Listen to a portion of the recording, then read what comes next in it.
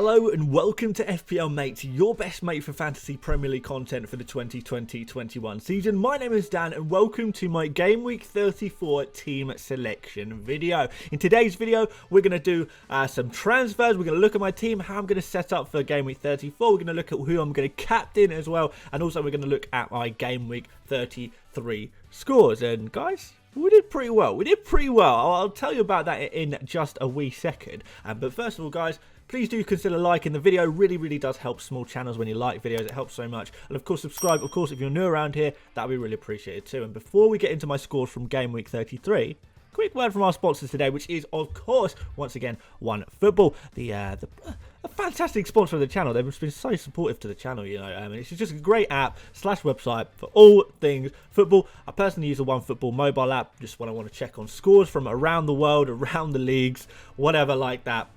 You can check out all the stats, the lineups, everything like that. It's super easy, all in one place. Really easy to use. It also has football news on there, transfer rumours, all stuff like that. So it's just a great hub for all things football if you are really into your football. So do go check it out, completely free. The link is in the description or in the pinned comment if you want to go check that out.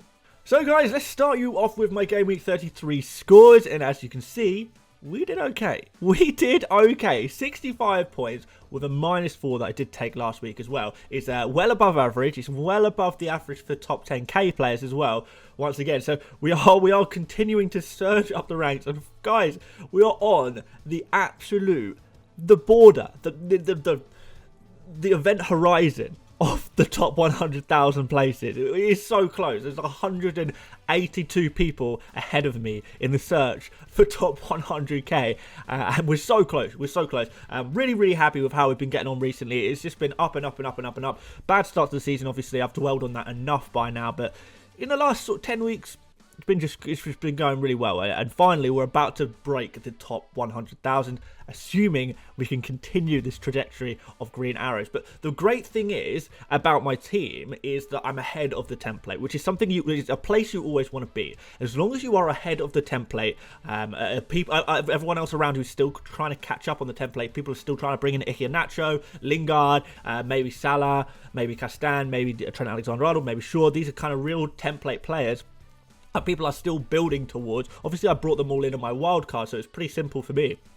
But people are chasing that template, and I'm already there. So I can actually look forward to my transfers rather than trying to catch up kind of thing. So that's a really good place to be in FPL, is when you are ahead of the template. And you'll know when you are, because you have this freedom to make pretty much whatever transfer you want, which is always good. And it's a place I've not really been very much this season, which is probably partially why it's only now that I'm making any significant games. But whatever, we are doing it now. It's looking really good. Castagna, amazing differential once again. Luke Shaw getting a couple of bonus points with his clean sheet, and there as well. Maybe Leeds were the Manchester United guys against Leeds were a little bit disappointed. We probably expected a few more goals. Wasn't to happen, but whatever. Maybe Liverpool could have scored a few more goals. I think we were all frustrated by that, and frustrated by Trent Alexander-Arnold losing his clean sheet in the 96th minute or whatever it was. Super frustrating. Vidra had a goal disallowed for offside. Super frustrating, guys. Lingard, perhaps we didn't expect too much. Nacho is just a god every single game week, man. He's just absolute must-have in your teams right now, guys. I'm telling you. And I think overall we covered the blank pretty well, because we had a few blank players on the bench. Cedric is just needs to go still. Sanchez probably needs to go still. But yeah, we covered it pretty well, and we got a nice green arrow. And I am very excited for next game week to hopefully just put that final little move to put me into that top 100k. Even if it's a tiny green arrow next week, I think I would have to be happy. But obviously we're pushing for more. I do think realistic targets for the end of the season have kind of maybe in an absolute best case scenario, I can still hit the top 50k if everything goes right, and I think it could. Just needs a few sensible transfers, and I think we get onto that next. So let's pick our team for Game Week 34. So guys, new blank pitch. Start from fresh. There's going to be a couple of controversial moves in here. I will try and explain myself as I go through, but let's get straight in and start off in goal with Mendy. No real surprise there. He's home against Fulham, which is one of his best fixtures that he has remaining this season. As long as he starts, and I do believe he will, this home game against Fulham is going to be a really nice chance of a clean sheet. You know, with Chelsea, to be fair, there's always a really nice chance of a clean sheet, but this game in particular, you'd say Yeah, Chelsea nailed on clean sheet for this game, aren't they? So that's really nice. Home as well. I think we just take the 6 points, and it probably will only be 6 points. I don't expect any save points or bonus points, really, from Mendy there. We'll just take the 6 points and move on, won't we? And we'll move on to a super differential, Timothy Castagna, who has just been an absolute legend, hasn't he? Sort of no goal contributions since right at the start of the season. We bring him in. He's looking really nice on that right-hand side. He's getting in these really nice positions. And suddenly, here we go. We saw the points coming. They came. Assist in game week 32. Goal in game week 33. Can he get a clean sheet as well? Maybe. But what's most important is his positioning and the fact that he essentially plays as kind of like a third striker in many ways when Leicester are in attack. He sort of comes in on the right as often ahead of Iheanacho, often ahead of Jamie Vardy, just getting in behind. He's had so much freedom in that position, and maybe that cost Leicester the goal a little bit, the fact that he has so much freedom down that side of the pitch, allowing in last game's case Zaha to get into the space around that side between Fofana and Castagna.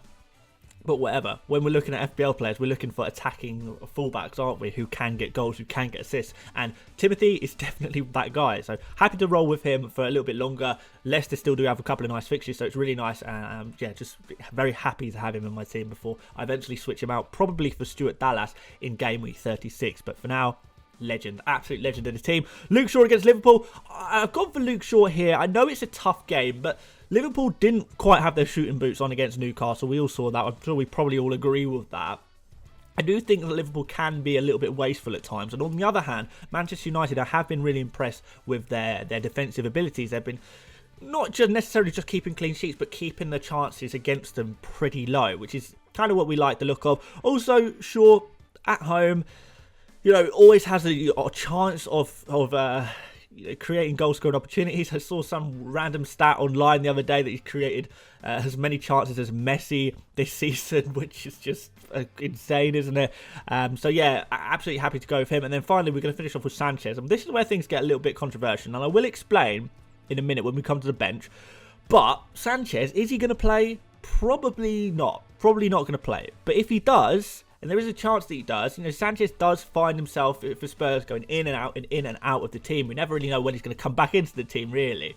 And if he does find himself back into this team, Sheffield United at home is just a phenomenal fixture. Sheffield United sort of scored 2 goals in their last 9 Premier League games. So that's going to be a really nice opportunity for a clean sheet, no matter what team you are, unless you're Brighton and you kind of defy all clean sheet odds there. Yeah, so basically, if Sanchez does play, I want to have him. I want to have him on the pitch. So that's why I've started him. I'm not expecting him to start, but if he does, you know, it would be nice if he get in on some of those Spurs clean sheet points, right? Anyway, we'll move on to Salah in midfield. Never going to drop him. I do think Salah is still in good form. He did score one of his major chances that he had in game week 33 against Newcastle. He's still pretty good. His record away from home has actually been better than his home record this season, which is a little bit weird, but maybe the crowd has played a little bit of a factor there for Liverpool. You know, usually Salah is the guy who just bosses it at home, but Liverpool in general, they've just been better away from home, particularly over the last, I don't know, maybe 10 game weeks or so. So definitely want to keep an eye out away. But at the same time, are Liverpool going to be wasteful? Are Manchester United going to keep the clean sheet? I do kind of feel like that a lot of the big games this season have been boring 0-0s to a degree. Everyone's proper cagey in these big games this season, it seems, and no one really wants to go out there and win it.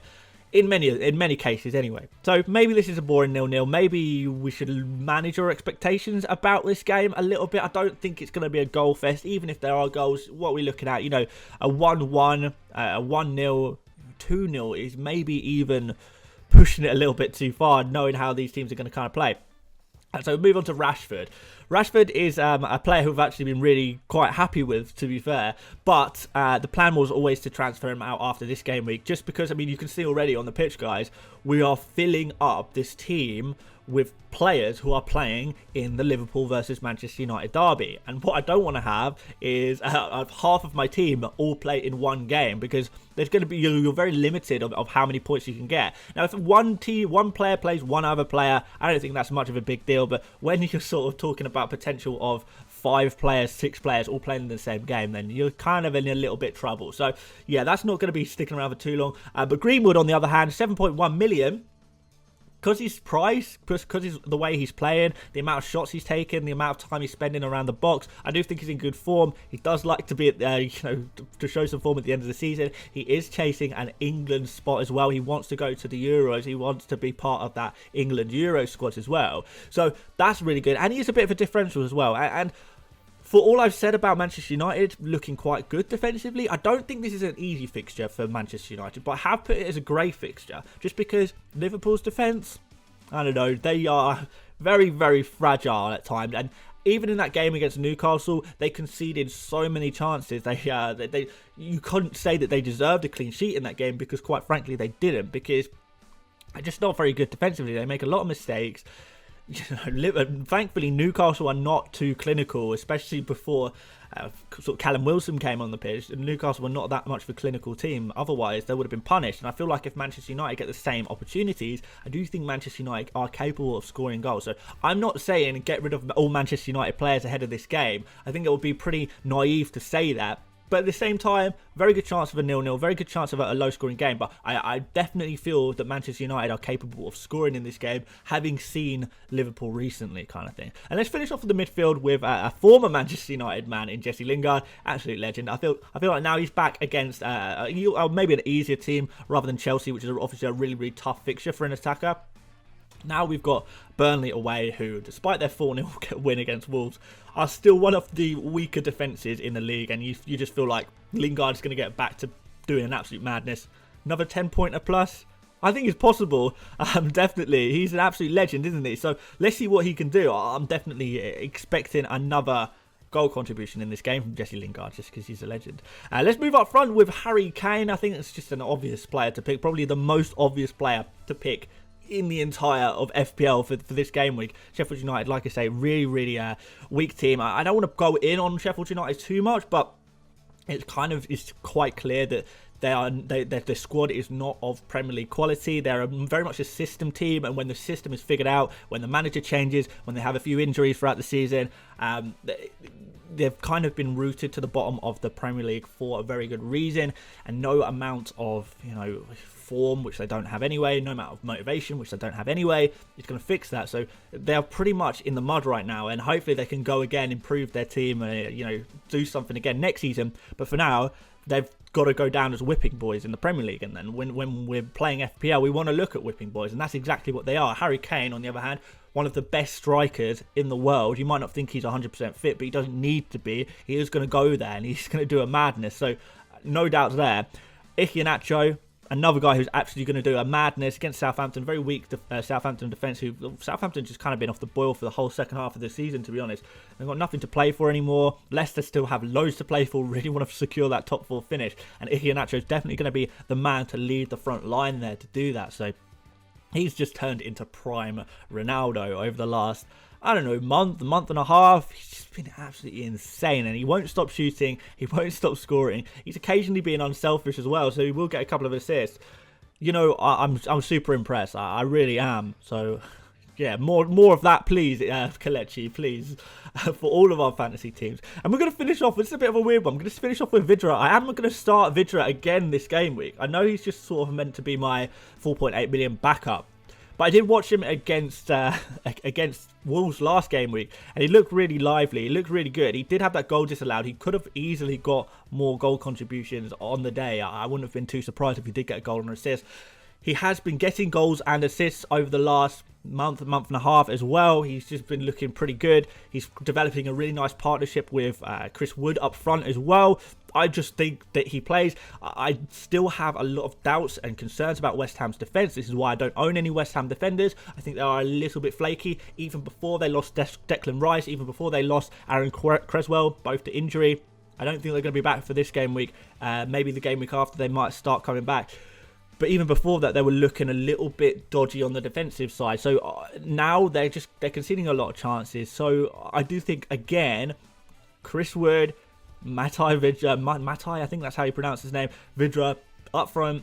Are they going to do the business? Are they going to boss it again? That's what I'm kind of hoping. So that's why I'm starting him. I know it's a little bit of a controversial one, and maybe you have some different thoughts about that one, which I welcome all comments. But this is definitely going to be controversial. So let's bring up the bench, guys. Forster, okay, no questions there. Trent Alexander-Arnold, you're probably thinking, okay, Dan, what are you doing here? What are you doing here? It really does come down to who am I going to play?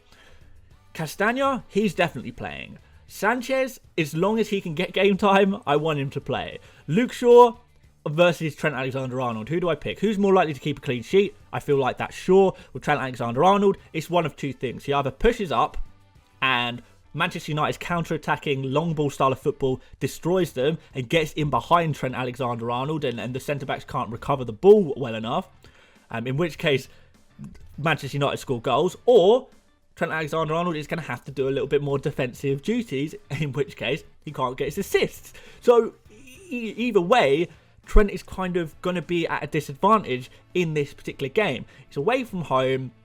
Liverpool's defensive record recently is not fantastic. They're showing a lot of fragilities. I do want Trent Alexander-Arnold for the last 4 game weeks. I'm going to play him every single game week, no doubt about that. But for this one, I'm kind of happy to take a calculated risk, because I feel like most people would just say, oh, let's just play him just in case he gets something. And you just end up with a 2-pointer. And if I want to make a gain here, I've got to make some difficult decisions. And that's kind of what I'm thinking there. I might change my mind before deadline. I'm not going to lie to you guys. I might change my mind before deadline. But more realistically, Sanchez is not going to play anyway. Davinson Sanchez is not going to play. There's a 90% chance that Davinson Sanchez doesn't play. In which case, this whole discussion becomes meaningless, because Trent is just going to come on and play for my team anyway. So it doesn't really matter. So in that regard, is it worth arguing about? Maybe not. But then on the bench, I've also got Jota. So I'm benching Jota ahead of Vidra and Cedric as well, because I don't even know if he'll play. If he does, the best case scenario, maybe he's coming off the bench for a 1-pointer. I don't want that. I don't want that, guys. But with Jota, I kind of feel like in this particular game, he's probably not going to start. A little bit of a few missed chances last game, maybe a slightly more defensive setup with Mane, Salah and Firmino, the 3 forwards for Liverpool. I don't think they'll play with all 4 of them this game against Manchester United, which suggests that maybe Jota is going to be benched in this particular game. His record off the bench is really good, but against this particular opposition in Manchester United, not massively confident that I'd want to play him, just because I quite like the Manchester United defence at the moment. I just feel like Liverpool are unlikely to go there and score a lot of goals, and particularly off the bench where you've got less opportunities. I don't know. I'm not too confident about Jota this game week, but again, like I kind of said yesterday in my buy, sell, keep, avoid video, very, very keen to keep Jota for the long term, just not fully confident about him for this game. Kind of the same way with Trent Alexander-Arnold, but that's kind of how I set up, guys. Anyway, that's what I'm feeling. That's what I'm feeling for the bench. But like I said, guys, do let me know if you think something slightly differently. But we're going to whiz through, because I'm aware that we've been talking for a little while. But you know, guys, I always enjoy talking about FPL. I do love it. Let's do our transfer. So, Rashford is going to go out and Heung-min Son is going to come in. That was always going to be the case. I told you last week that was going to be my transfer. The plan remains the same. I have got more plans going forward. Perhaps I'll talk about that on the deadline stream this game week. And if not, we'll talk about it next team selection video, just for whilst I finalise my kind of ideas. But Son comes in, an extra play against Sheffield United. Son, Kane, I kind of feel like you've got to have both of them for the remainder of the season. They've got absolutely amazing fixtures right until game week 38, where they play Leicester, which is not an ideal fixture, but it's, it could be worse. I think they play Leicester anyway. That sounds right to me. But Sheffield United next is going to be a really good opportunity for both Kane and Son. You could easily see them getting a couple of goal contributions each in this game, so a lot of points to be gained there. Certainly more than Rashford has the opportunity to get against Liverpool. You would say that Son's ceiling here is a lot higher. I know Son didn't have the best game in the League Cup final. I know he hasn't had the best performances recently. He has just come back from injury sort of thing. He has been kind of a few minutes in one game, then getting injured, a few minutes coming back, just kind of getting back from injury, and he's not been amazing since then, but he's still a quality player, and he's still going to shine against an opposition like Sheffield United, that's for sure. I've not really got any doubts about that whatsoever, so expecting big things from both of those guys at Spurs. Let's see what they can do. Very easy transfer. So quickly on captains, whilst we're on the topic, Harry Kane, captain. No doubt about that. There's times for differentials and there's times for non-differentials. And I think we keep it simple this game week. As realistically, first things first, just want to get into the top 100k. So let's keep things simple there. Vice captain on Son as well. Because like I said, I do have a lot of faith in these guys. If I wasn't going to captain either of them, maybe I'd consider captaining maybe Iheanacho.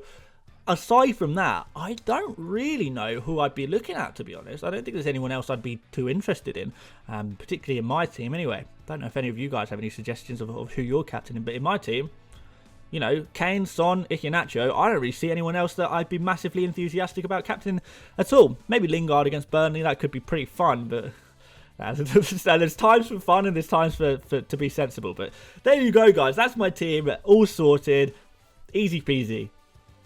So thank you so much for watching, guys. Please do leave a like if you enjoyed this video. Please do subscribe if you're new around here. I would really appreciate that a lot. Check out OneFootball if you haven't done already. The link is in the description. Super free, super easy, just good app in general. Follow me on Twitter, Instagram, whatever. Join my Millie League. Everything's in the description, guys. Just go in there, have a little look around, see if you like anything, see if you see anything you like. Aside from that, guys, I will see you tomorrow for a video, which I'm not sure what I'm going to do yet. I've got a couple of ideas, but I'm not 100% sure what video I'm going to make tomorrow. But there will be a video tomorrow, and then we'll do a deadline stream, of course, on Friday. And hopefully, I'll definitely see you guys there, because I do like the deadline streams. We all like them. We can have a good old chat about FPL. But yeah, thanks so much for watching, guys, and I'll see you on the next one. See you later, mates. Bye-bye.